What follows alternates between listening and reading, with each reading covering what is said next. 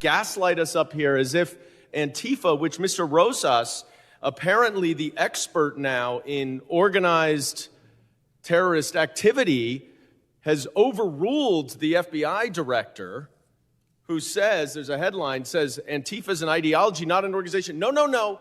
Let's not listen to the FBI director. Let's listen to, sorry, what's your title? Senior writer at Town Hall, who is going to tell us that the FBI director is wrong. I think it's funny to be lectured by an heir to the Levi Strauss Corporation. And honestly, that's probably why he doesn't consider property damage to be that big of a deal, because not only does he have that, but he also has what some would describe an impossibly good stock portfolio.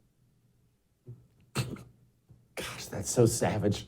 Joining me now, my buddy Julio Rosas. He is the one who wrote the book on Antifa, on top of being a town hall guy, author of the book Fiery but Mostly Peaceful.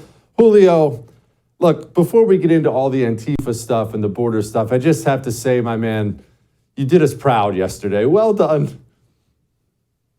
No, thank you. I appreciate that. It certainly was a crazy moment. And the only thing that I kind of wish went down, because my response was given time by Representative Eli Crane, shout out to him. And so by that time, Goldman had left the room for whatever reason.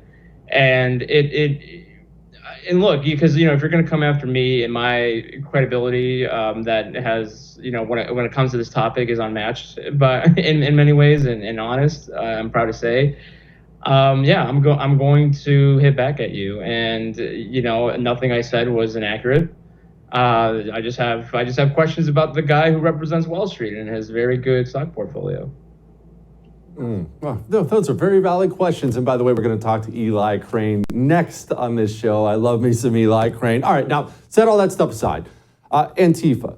People see the black masks. They see little clips on this show and others about the things they do. But that's very different than actually being on the ground with them surrounding you. Who are these people, Julio? What do they want? It kind of depends, because it is a loose coalition of the general unifying ideas is that they want to have this anarcho-communist type government, so to speak. I mean, they're very anti-government. They're the far left anti-government version. And so that's why they hate, obviously, Republicans, but they also hate Democrats too, because they think they're one and the same.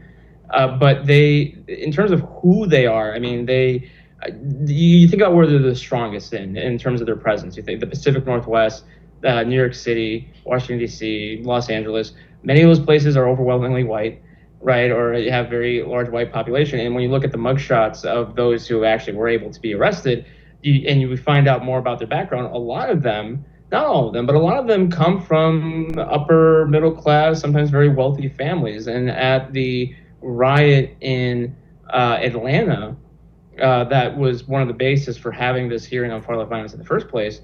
Two of them weren't even from the country; they were from Canada and France, and so they're diehard revolutionaries. I mean, they are the straight up communists that you always talk about. They're the ground troops to the kind of the political communists that you're always warning us about. Okay, so they're spoiled rich kids? Because I think a lot of these people who don't understand them the way you do would look and just assume they're society's losers, just a bunch of, maybe homeless or something like that. But no, they're the children of privilege?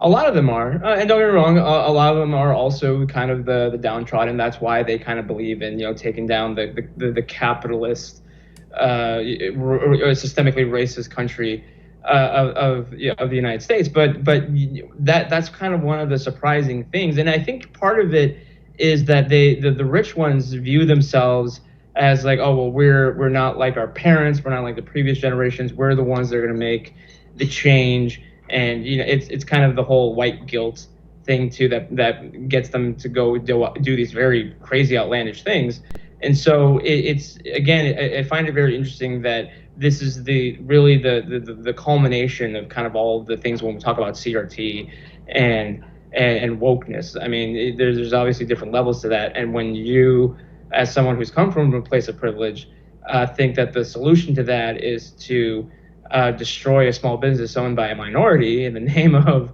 anti-racism, I mean, you've kind of lost the plot at that point. I have great news. If you enjoyed that, I have a YouTube channel you can subscribe to. Whatever I do, it'll be right there on YouTube. So go subscribe today.